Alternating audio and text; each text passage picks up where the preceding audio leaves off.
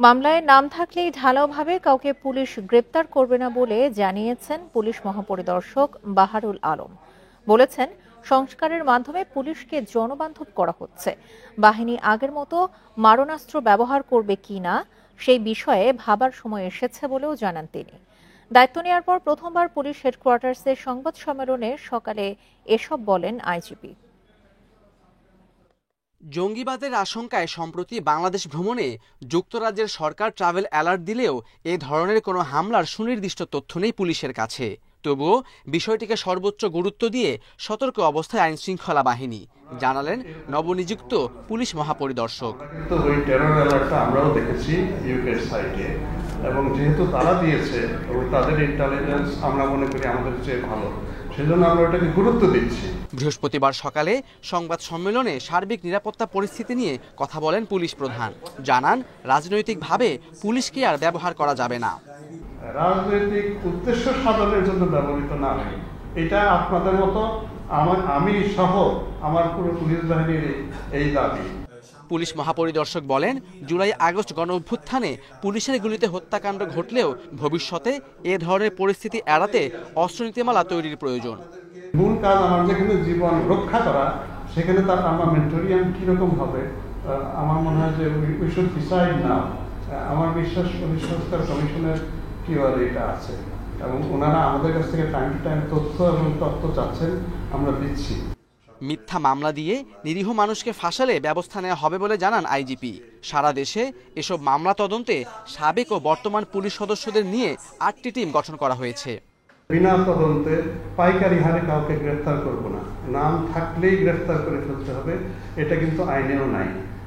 এটা আপনার যুক্তিসঙ্গত কারণ থাকতে হবে যে আপনি এই ঘটনায় জড়িত অপরাধী।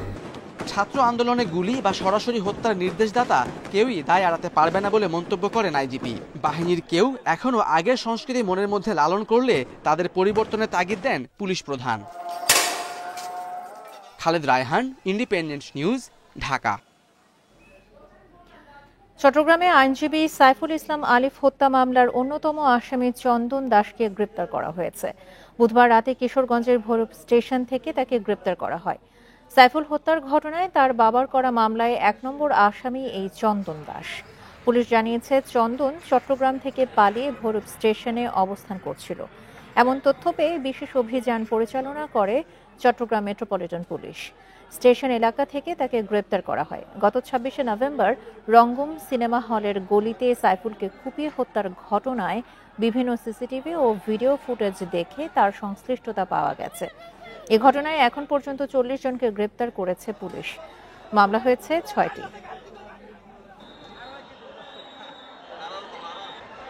গত রাত আনুমানিক 12টার দিকে ভৈরব থানা এলাকার মেথরপট্টি থেকে আমাদের চট্টগ্রাম মেট্রোপলিটন পুলিশের একটি টিম এবং ভৈরব থানা পুলিশের একটি টিম যৌথভাবে প্রচেষ্টা চালিয়ে তাকে তার শ্বশুরবাড়ি এলাকা থেকে এই চন্দন দাসকে গ্রেপ্তার করা সম্ভব হয়। খুলনায় বাস চালকের সহকারীর সাথে কথা কাটাকাটির জেরে বিশ্ববিদ্যালয়ের ছাত্রকে মারধরের ঘটনায় 2 জনকে গ্রেপ্তার করা হয়েছে। এ ঘটনায় বিশ্ববিদ্যালয়ের পক্ষ থেকে 7 জনের নাম উল্লেখ করে অজ্ঞাত আরও 51 জনের বিরুদ্ধে মামলা হয়েছে। এর আগে বুধবার রাতে সোনাডাঙ্গা বাস স্ট্যান্ড এলাকা থেকে রাজীব পরিবহনের ম্যানেজার ইমরান হোসেন ও এম জামান পরিবহনের চালক আল আমিনকে আটক করা হয়। পুলিশ জানায়, গোপালগঞ্জ থেকে খুলনায় আসার সময় বাসের সিট নিয়ে চালকের সহকারীর সাথে কথা কাটাকাটি হয় একদল বিশ্ববিদ্যালয়ের শিক্ষার্থীর। এ সময় শিক্ষার্থীদের লাঞ্ছিত করার অভিযোগ ওঠে। পরে খবর পেয়ে বিশ্ববিদ্যালয়ের শিক্ষক ও শিক্ষার্থীরা সোনাডাঙ্গা বাস স্ট্যান্ডে এলে তাদের মারধর করে শ্রমিকরা। এর জেরে দুপক্ষের মধ্যে পাল্টাপাল্টি ধাওয়ার ঘটনা ঘটে। এ সময় আহত হন 3 শিক্ষার্থী। ভাঙচুর করা হয় বেশ কয়েকটি গাড়ি। পরে সেনাবাহিনী, নৌবাহিনী ও পুলিশ গিয়ে পরিস্থিতি নিয়ন্ত্রণে আনে।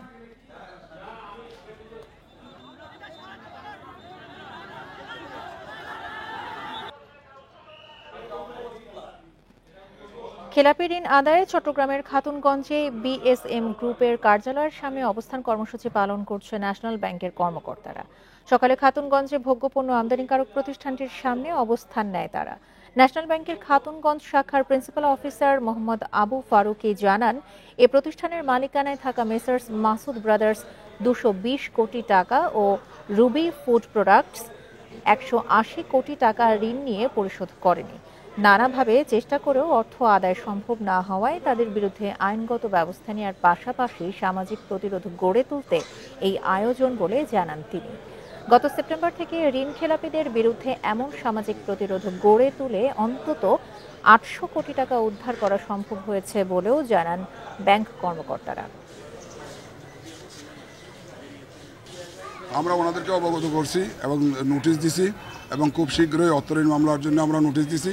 ওনারা জানে এই বিষয়ে, ওনারা এগিয়ে আসেন নাই, তাই আমরা বাধ্য হয়ে সামাজিকভাবে বয়কট করার জন্য এই কর্মসূচি নিয়েছি। সাভারে সিএমপি কোরের বাৎসরিক অধিনায়ক সম্মেলন অনুষ্ঠিত হয়েছে। সকালে সাভার সেনানিবাসের সিএমপি সেন্টার অ্যান্ড স্কুলে এই অধিনায়ক সম্মেলন অনুষ্ঠিত হয়। এতে প্রধান অতিথি ছিলেন বাংলাদেশ সেনাবাহিনীর প্রধান জেনারেল ওয়াকারুজ্জামান। সিএমপি কোরের বাৎসরিক অধিনায়ক সম্মেলন শেষে দুপুরে আশুলিয়ার বাইপাইলে বিএনসিসি ট্রেনিং একাডেমিতে নবনির্মিত ট্রেনিং ভবনের উদ্বোধন করেন সেনাপ্রধান। এ সময় তিনি বিএনসিসি সদস্যদের উদ্দেশ্যে স্বাগত বক্তব্য দেন। 5 অগস্ট পরবর্তী ও দেশের বিভিন্ন সংকটময় পরিস্থিতিতে বিএনসিসি সদস্যদের অবদানের কথা তুলে ধরেন তিনি। শৃঙ্খলা, কর্তব্যবোধ, ন্যায় নিষ্ঠা ইত্যাদি এই জিনিসগুলো অনেক উন্নতি করা সম্ভব হবে এবং দেশের যে কোনো ক্রান্তির লগ্নে তোমরা একটা বিশাল শক্তি হিসাবে আবির্ভূত হবে। নতুন বিমান সেনাদের সততা, একাগ্রতা ও নিষ্ঠার সঙ্গে কাজ করে যোগ্য হিসেবে গড়ে তোলার আহ্বান জানিয়েছেন বিমান বাহিনীর প্রধান air chief marshal Hasan Mahmud Khan. সকালে মৌলভীবাজারের শমশেরনগরে নতুন বিমান সেনাদের প্রশিক্ষণ সমাপনী কুচকাওয়াজে এসব কথা বলেন তিনি। এর মধ্য দিয়ে 399 জন সদস্য বিমান বাহিনীতে অন্তর্ভুক্ত হল। বিমান বাহিনীর প্রধান air chief marshal Hasan Mahmud Khan কুচকাওয়াজ পরিদর্শন এবং অভিবাদন গ্রহণ করেন। এরপর তিনি কৃতী রিক্রুটদের মাঝে ট্রফি বিতরণ করেন। ভবিষ্যতে বিমান বাহিনী স্বয়ংসম্পূর্ণতা অর্জনের পাশাপাশি একটি কার্যকর, দক্ষ ও আধুনিক বাহিনী হিসাবে দেশের সার্বভৌমত্ব রক্ষায় সর্বোচ্চ অবদান রাখতে সক্ষম হবে ইনশাআল্লাহ। কুষ্টিয়ার কুমারখালীতে মহাসড়কে ট্রাক থামিয়ে ডাকাতির ঘটনা ঘটেছে। বুধবার রাতে উপজেলার বালুর মাঠ এলাকায় এই ঘটনা ঘটে। পুলিশ জানায়, রাতে জয়পুরহাট থেকে 5টি গরু নিয়ে একটি ট্রাক ফরিদপুরের উদ্দেশ্যে রওনা হয়। পথে ট্রাকের গ্লাসে ইট দিয়ে আঘাত করে গাড়ির গতিরোধ করে এক দল ডাকাত। এ সময় গরু লুট করে তারা। পরে অস্ত্রের মুখে ব্যবসায়ী ও গাড়ি চালককে জিম্মি করে টাকা ও মোবাইল নিয়ে যায়। খবর পেয়ে ঘটনাস্থল পরিদর্শন করেছে পুলিশ। এই ঘটনায় মামলা হয়েছে। ডাকাতদের গ্রেপ্তার সহ লুট হওয়া গরু উদ্ধারে কাজ করছে পুলিশ।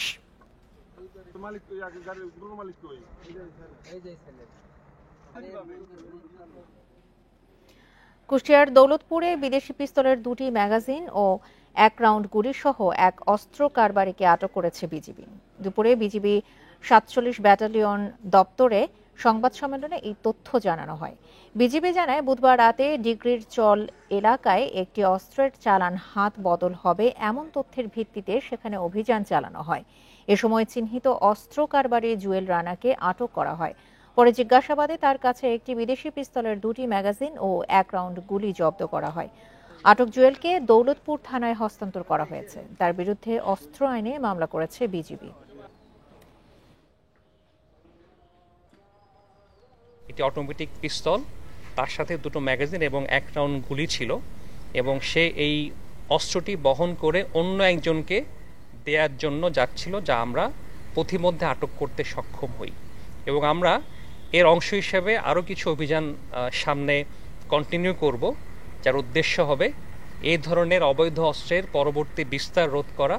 এবং বরিশালে দীর্ঘদিন ধরে অকেজো বিভাগীয় গবেষণাগারের খাবার পানি পরীক্ষার যন্ত্রপাতি। এতে বন্ধ আছে পানির ব্যাকটেরিয়া পরীক্ষা। ফলে দেখা দিচ্ছে পানিবাহিত নানা রোগ হুমকিতে জনস্বাস্থ্য। শিগগিরই অবস্থার পরিবর্তনের কোনো আভাসও দিতে পারছে না বিসিসির স্বাস্থ্য বিভাগ। প্রায় 3 বছর বরিশাল পরিবেশ অধিদপ্তরের পানি পরীক্ষার সবকটি যন্ত্র অচল হয়ে আছে। পরীক্ষা করা যাচ্ছে না খাবার পানির জীবাণু। নগরবাসীর অভিযোগ, গত এক দশকেও বাসাবাড়ি থেকে পানির নমুনা সংগ্রহ করা হয়নি। এতে নানা রোগে আক্রান্ত হন তারা। এজন্য পরিবেশ অধিদপ্তরকে দায়ী করছেন স্থানীয়রা।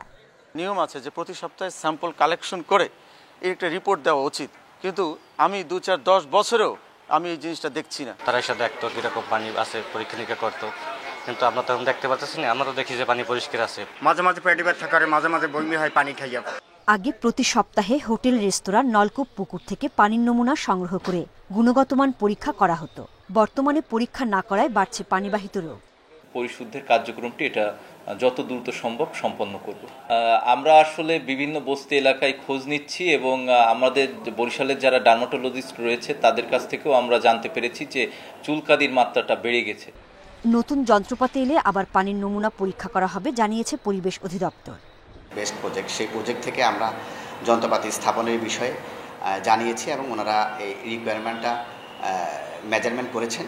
অচিরেই হয়তো আমাদের যন্ত্রপাতিগুলি স্থাপিত হলে আমরা স্যালানিটি সহ বরিশাল বিভাগের বিভিন্ন পয়েন্টের থেকে পানি পরিবেক্ষণ আবার চালু করতে পারব।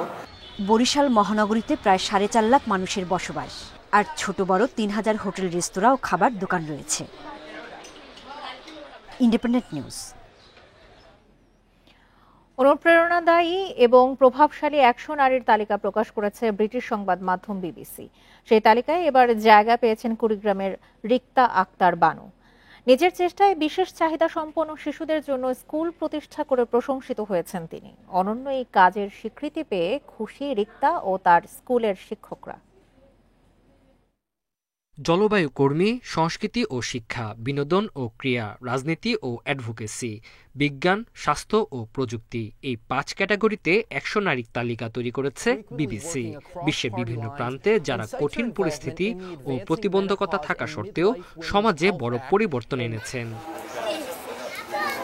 কুড়িগ্রামের চিলমারির প্রত্যন্ত গ্রামের রিক্তা আক্তার বানু চিলমারি উপজেলা স্বাস্থ্য কমপ্লেক্সের জ্যেষ্ঠ নার্স তিনি। নিজের প্রতিবন্ধী মেয়েকে 2007 সালে স্থানীয় স্কুলে ভর্তি করেন, কিন্তু 3 বছরে 3 বার শিশুটিকে প্রতিবন্ধী হিসেবে বের করে দেয় স্কুল কর্তৃপক্ষ। পরে সরকারি প্রাথমিক স্কুলে ভর্তি করলেও শিক্ষকরা তাকে পড়াতে চাননি। মেয়ের প্রতিবন্ধী, তাকে জেনারেল স্কুলে দিয়েছিলাম, সেখানে আমার মেয়ের ঠাঁই হয়নি। আমি বিভিন্ন দ্বিধাদ্বন্দ্বে পড়ে গেছিলাম, যার কারণে 2009 সালে প্রতিবন্ধী স্কুলটা স্থাপন করার সিদ্ধান্ত নেই। এই যন্ত্রণা থেকে নিজের জমি বিক্রি করে 2009 সালে গড়ে তোলেন বুদ্ধি প্রতিবন্ধী বিদ্যালয়। এখন সেখানে শিক্ষার্থী প্রায় 300। একটি উদ্যোগের মাধ্যমে সমাজের ধারণা বদলে দিয়েছেন রিক্তা, যা অন্যদেরও অনুপ্রাণিত করছে। বুদ্ধি প্রতিবন্ধী বিদ্যালয়ে বিভিন্ন ধরনের পাঠদান করে থাকি, তার মধ্যে পার্সোনাল হাইজিন, তারপরে স্বাস্থ্য সেবা এবং খেলাধুলা, বিভিন্ন ধরনের তথ্য। প্রাথমিকভাবে স্কুলটি অটিস্টিক এবং শেখার প্রতিবন্ধকতা থাকা শিশুদের জন্য নির্মিত হলেও এখন বুদ্ধিমত্তা ও শারীরিক প্রতিবন্ধিতা থাকা শিশুদের জন্য শিক্ষা দেওয়া হয়। স্কুলটি এলাকায় অভিভাবকদের ভরসার প্রতীক। দামি, এত মূল্যবান একজন মানুষ আমরা কাছ থেকে ওনাকে বুঝতে পারিনি। ওনার দীর্ঘায়ু কামনা করি। উপজেলা নির্বাহী কর্মকর্তা জানিয়েছেন, বিবিসির অনুপ্রেরণাদায়ী এবং প্রভাবশালী 100 নারীর তালিকায় রিক্তা বানুর নাম শুধু চিলমারির নয়, সারা দেশের জন্য গর্বের। তাদের যে আনন্দের অনুভূতি এটি যেভাবে ব্যক্ত করছে, এটি বাংলাদেশের জন্য যেরকম গর্বের বিষয়, একই সাথে আমাদের চিলমারি উপজেলার জন্য সেটি অত্যন্ত আনন্দ। রিক্তা বানুর স্বপ্ন তার প্রতিষ্ঠিত স্কুলটি হবে আবাসিক। দূর দূরান্তের শিশুরা গিয়ে শিক্ষা ও প্রশিক্ষণ নিয়ে মিশে যাবে সমাজের মূলধারায়। Independent news. প্লাস্টিক দূষণের ভয়াবহতা বন্ধ ও সচেতনতায় কক্সবাজার সৈকতে তৈরি হয়েছে 62 ফুট উঁচু প্লাস্টিকের দানব। এতে ব্যবহার হয়েছে 10 টন প্লাস্টিক বর্জ্য। সিগাল পয়েন্টে দানবকে দেখতে ভিড় করছেন পর্যটকরা। আগামী 4 মাস সাগর পাড়ে দেখা মিলবে এই দানবের। উচ্চতায় 6 তলা ভবনের সমান এই দানব তৈরিতে ব্যবহার করা হয়েছে ফেলে দেওয়া প্লাস্টিক। সমুদ্রে প্লাস্টিক দূষণের ভয়াবহতা বন্ধে মানুষকে সচেতন করতেই কক্সবাজার সমুদ্র সৈকতে নির্মিত হয়েছে বিশাল আকৃতির এই দানব। ঢাকা বিশ্ববিদ্যালয়ের চারুকলা অনুষদের একদল সাবেক ও বর্তমান শিক্ষার্থী 12 দিনের প্রচেষ্টায় তৈরি হয়েছে 62 ফুট উচ্চতার এই ভাস্কর্য। এতে ব্যবহৃত হয়েছে 10 মেট্রিক টন প্লাস্টিক বর্জ্য। উদ্যোক্তারা বলছেন, স্থানীয়দের পাশাপাশি প্রতি বছর লাখো পর্যটকের সমাগম ঘটে কক্সবাজারে। সমুদ্রে ঘুরতে গিয়ে ছুঁড়ে ফেলা প্লাস্টিক বর্জ্য উদ্বেগজনক হারে বাড়াচ্ছে দূষণ। হুমকির মুখে পড়েছে প্রতিবেশ ও পরিবেশ। সমুদ্র সৈকতে লক্ষ লক্ষ পর্যটক বেড়াতে আসেন, তাদেরকে আমরা প্লাস্টিক সিঙ্গেল ইউজ প্লাস্টিক ব্যবহারের ব্যাপারে নিরুৎসাহিত করতেছি এবং তাদের পরিবারকে আমরা সচেতন করছি প্লাস্টিক ব্যবহার না করতে। ব্যক্তি পর্যায়ে সচেতনতা বাড়ানো গেলে প্লাস্টিকের ভয়াবহতা রোধ করা যাবে বলে মন্তব্য জেলা প্রশাসকের। মূল উদ্দেশ্য সচেতনতা, ব্যক্তি পর্যায়ের সচেতনতা তৈরি হলেই কেবলমাত্র আমরা প্লাস্টিকের প্রকৃতভাবেই প্লাস্টিককে নিরসন করতে পারবো, প্লাস্টিকের যে ভয়াবহতা এটাকে আমরা প্রশমিত করতে পারবো। এদিকে কক্সবাজারের ভ্রমণে এসে পরিবেশ সচেতনতার এই প্রচারণা দেখে মুগ্ধ হচ্ছেন পর্যটকরা। কক্সবাজার এসে এরকম একটা দানব আকৃতির যে প্লাস্টিক বা এই ধরনের ময়লা আবর্জনার বিরুদ্ধে যে একটা প্রতিবাদ হচ্ছে যে প্রতীকীয় যে প্রতিবাদটা দেখতে পাচ্ছি, এটা আসলেই আমাকে মুগ্ধ করছে। শুধুমাত্র কক্সবাজার বলে নয়, আর আমাদের আসলে অন্যান্য জায়গায় বাংলাদেশে আরো অনেক জায়গায় আমাদের এই প্রতিবাদটা নিজেদের মধ্যে তৈরি করা উচিত। প্লাস্টিক দানব ভাস্কর্যের পাশে বিদ্যানন্দের পক্ষ থেকে প্লাস্টিক এক্সচেঞ্জ স্টোর খোলা হয়েছে, যেখানে প্লাস্টিকের বিনিময়ে বাজার করতে পারবে নিম্ন আয়ের মানুষ। তৌফিকুল ইসলাম, ইন্ডিপেন্ডেন্ট নিউজ, কক্সবাজার। জেলা পুলিশের উদ্যোগে দেশের কয়েক জেলায় সম্প্রীতি র্যালি ও সমাবেশ অনুষ্ঠিত হয়েছে। এতে যোগ দেন বিভিন্ন ধর্মাবলম্বীর মানুষ। সকালে কুমিল্লা জেলা পুলিশের আয়োজনে একটি র্যালি পদুয়ার বাজার থেকে জাঙ্গালিয়া বাস স্ট্যান্ড পর্যন্ত প্রদক্ষিণ করে। পরে কুমিল্লা সদর দক্ষিণ থানা প্রাঙ্গণে অনুষ্ঠিত হয় সংক্ষিপ্ত সমাবেশ। এতে অন্যান্যদের মধ্যে উপস্থিত ছিলেন কোটবাড়ি নবশালবন বিহারের অধ্যক্ষ শিলভদ্র মহাথেরো, বিজয়পুর কেন্দ্রীয় মন্দিরের সেবায়েত হরিভূষণ পাল, মুফতি মোহাম্মদ শহীদুল্লাহ ও বৈষম্য বিরোধী ছাত্র আন্দোলনের জেলা যুগ্ম আহ্বায়ক আল আমিন। এ সময় তারা বলেন, সব সময়ের মতো ধর্মীয় সম্প্রীতি বজায় রাখতে একে অন্যের পাশে থাকবে সাধারণ মানুষ। টাঙ্গাইলেও জেলা পুলিশের আয়োজনে সম্প্রীতি র্যালি ও সমাবেশ অনুষ্ঠিত হয়। পরে সম্প্রীতির বৃক্ষরোপণ করেন অংশগ্রহণকারীরা। নির্বিঘ্নে যান চলাচলে মেহেরপুরের সড়কে উচ্ছেদ অভিযান চালানো হয়। মেহেরপুর কুষ্টিয়া আঞ্চলিক মহাসড়কের গাংনী বাস স্ট্যান্ড এলাকায় এই অভিযান চালায় পুলিশ ও সেনাবাহিনী। শহরের যানজট নিরসনে যাত্রী ছাউনি ও দোকানগুলো সরিয়ে সড়ক নির্মাণের দাবি জানায় সড়ক ও জনপথ বিভাগ এবং স্থানীয়রা। পরে জেলা প্রশাসন, জেলা পরিষদ, সড়ক ও জনপথ বিভাগের যৌথ উদ্যোগে আইনি জটিলতা কাটিয়ে ভাড়া চুক্তি বাতিল করে দোকান ও যাত্রী ছাউনি সরিয়ে নেওয়ার সিদ্ধান্ত হয়।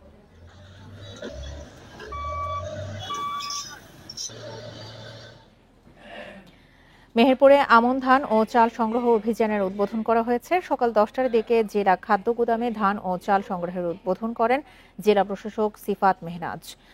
সরকার নির্ধারিত 33 টাকা কেজি মূল্যে 1941 মেট্রিক টন ধান এবং 47 টাকা কেজিতে 1095 মেট্রিক টন সিদ্ধ চাল সংগ্রহ করা হবে। সংগ্রহ অভিযান চলবে আগামী বছরের 28 ফেব্রুয়ারি পর্যন্ত। এই সময় উপস্থিত ছিলেন খাদ্য নিয়ন্ত্রক এম ইকবাল হোসেন, তথ্য কর্মকর্তা আব্দুল্লাহ আল মামুন সহ জেলার বিভিন্ন অঞ্চলের চাষি ও মিল মালিকেরা। টানা 7 দিন ধরে দেশের সর্বনিম্ন তাপমাত্রা পঞ্চগড়ের তেঁতুলিয়ায় সূর্যের সাথে রোদ উঠলেই কেটে যায় ঘন কুয়াশা। কমতে থাকে শীতের অনুভূতি। সকাল 9টায় পঞ্চগড়ে 12 ডিগ্রি সেলসিয়াস তাপমাত্রা রেকর্ড করে তেঁতুলিয়া আবহাওয়া অফিস। বুধবার ছিল 11 ডিগ্রি সেলসিয়াস। দিনভর শীতের তেমন দুর্ভোগ নেই, তবে প্রতিদিন সন্ধ্যার পর থেকে সকাল পর্যন্ত কনকনে শীত অনুভূত হয়। এতে দুর্ভোগে পড়েন সকালে কাজে যোগ দেওয়া দিনমজুর ও কৃষি শ্রমিকরা। এ ছিল সমগ্র বাংলাদেশে আমন্ত্রণ পরের আয়োজনে।